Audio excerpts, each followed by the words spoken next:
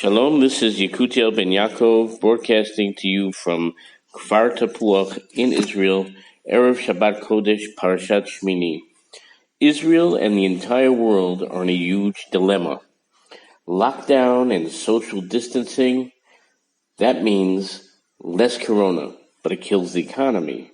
Freeing the lockdown and the economy means we kill people, a lot more people. Israel plans to release the lockdown significantly this Sunday. Clearly, there will be a second, potentially more deadly wave just a few weeks down the road. No solution is in sight here. Cure, vaccines, research, that's all great, but none in sight. And even if so, it could be months, if not years, until they can be tested and used properly. More ventilators, hospital beds, masks, gloves, that's all great, but they're not solutions. They're necessary. They can cut down many deaths, but they're not a solution. They can ease, they can limit, they can comfort, but they're not solutions. There's no solution in sight at this point. Lockdown, cut down cases, flatten the curve. Free up the lockdown, another wave, potentially more deadly. Turn to superpowers to help us, rescue us. Really? America? Who are we going to turn to? Russia? China? They've been brought down to their knees. They're in worse shape than we are. They're asking Israel for help. We have nowhere to turn. And this exact scenario is predicted in the Torah, in parshat Haazinu. With the exact process, this exact dilemma of lockdown versus freeing up, and even the healing solution, it's all there. Moses, before his death, he gathers the people of Israel and makes an oath before the heavens and earth, making them his witnesses. He says, I know you, nation of Israel, that you will be rebellious and you will sin and you will suffer exile and punishments and illness in the end of days. Things will get so bad, and you will see that you have no human ally to rely upon and nowhere to turn. And the loyal ones amongst you, the loyal servants, they will turn to heaven and cry out to the heaven, and they will exhibit their faith in God, and God will redeem them and exact vengeance upon all of those nations who persecuted Jews and who defied his name throughout history. Because God brings to life and he brings death. He saves and he kills.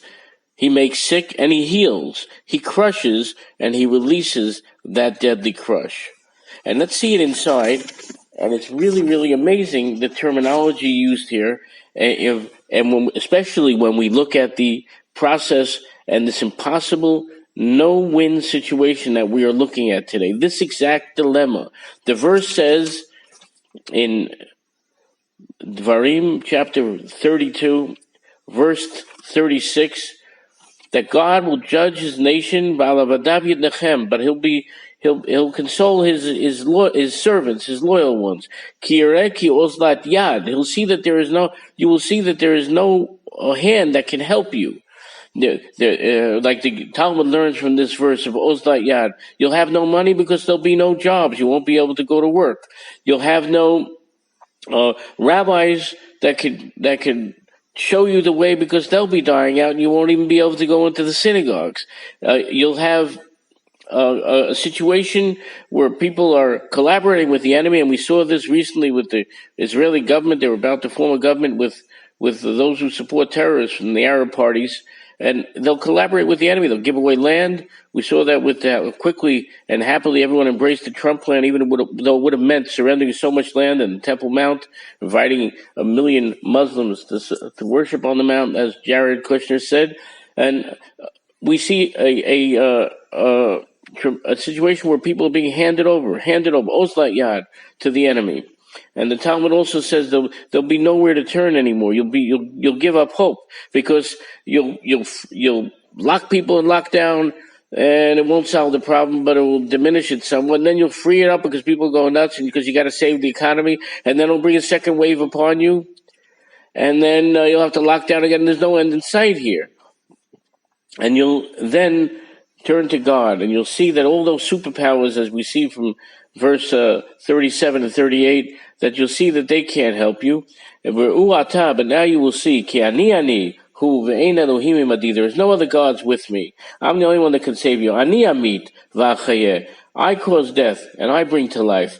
Machatzti v'anirpa, I crush, and I free up. Ve'ein miadi matzil, and there's no one else that can save you. And the literal translation of Ephes Atzur V'Azuv means that there's nowhere you can turn. You're at ground zero. When you Atzur literally means lockdown, quarantine, arrest. When you lock the people up, that doesn't help. You still have the same problem, and you're killing the economy. V'Azuv, and when you let them free, that doesn't help, because then it brings a second wave and a more deadly wave of the pandemic. And the only thing that will help is Anir Pav Ein Miadi Matzil. Only I am the only one that can cure you. And here Moses is talking about what's going to happen in the end of days. And he says in the end of days there's going to be a great plague. And the only one that can free us from the plague is God. And we're going to see that the other nations are not in a position to help us. If anything, we're helping them. And we're going to see that lockdown doesn't help. And we're going to see that freeing the people from lockdown doesn't help. The only thing that can help is when we show and exhibit our faith in God. And then, of course, the verses continue with the process that happens before redemption. And that's vengeance exacted against those who persecuted the Jewish people throughout the ages. We saw that so significantly with the Iran and China, the atheists, and Spain and Italy that were hit so hard initially and that are still getting hit so hard. The only answer is showing faith in God. And how do we do that? The loyal servants know what they have to do. If you're in America, get back to Israel. Anyhow, look at the numbers. I mean, 10,000 people already dead in New York. Here in Israel, same population, over 8 million, but same population here, but how many have died here? And of course, we mourn the death of any Jew, whatever their age is and whatever their condition is. But here it's been 200. In America, it's been over 10. In New York, it's been over 10,000. And there's an obvious sign that Israel is so much safer, and so many people have pointed this out. That's a sign that it's time to come home. Loyal ones, you put your faith in God, come home to Israel. We'll make it happen together. And those that are in Israel, we know what has to be done. We have to listen to what God tells us to do. Stop being frightened of isolation and sanctions and the international community. Do whatever has to be done to the enemies of Israel to defend the Jewish people. Follow God's Torah, whether it's building the temple, driving out our enemies, all of these things on a national level exhibit our faith in God, that we really believe that He is stronger than the nations and than their gods. On a personal level, of course, not speaking Lashon Hara and Shabbat, which is the strongest manifestation of our personal faith in God. So that's what I urge everyone here to do, all of us, firstly to myself, but to the rest of my listening audience. Let's show our faith in God. Let's make it happen. Aliyah, Beit HaMikdash, doing what needs to be done. Shabbat, not talking Lashon Hara. All these things are important. Let's show our faith. Let's bring a great healing on the Jewish people. Let's fulfill this prophecy that Moshe says will happen in the end of days. And let's bring a blessing to reverse this horrible curse. Shabbat Shalom.